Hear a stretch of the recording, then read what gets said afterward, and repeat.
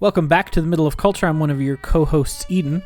And I'm your other co-host. But I can't do his NPR voice. As you just saw, that was a terrible attempt at it. But here we are.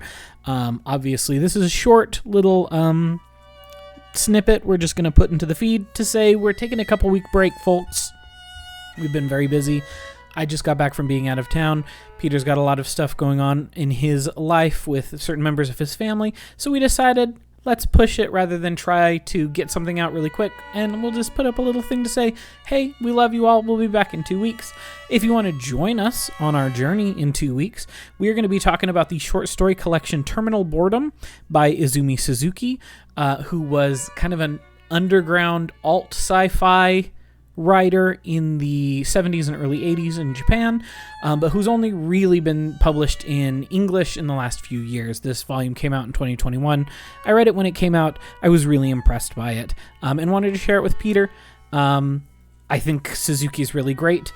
As one of the reviewers on the back of the book says, Suzuki is the steward of a new anxiety. So that is the sort of thing that we'll be reading. I think it's really splendid. And we'll be talking about that in a couple of weeks. But until then, I want to just leave you all on one of my favorite quotes, which is by the novelist George Sand in a letter that she wrote to her friend Gustave Flaubert in 1870. And she said, and it seems appropriate based on how things are going in the world right now, looking at global warming, looking at the wildfires and the ocean temperatures and all these sorts of things happening. This feels really appropriate, even if it is 150 years old. And she says this: "What an age!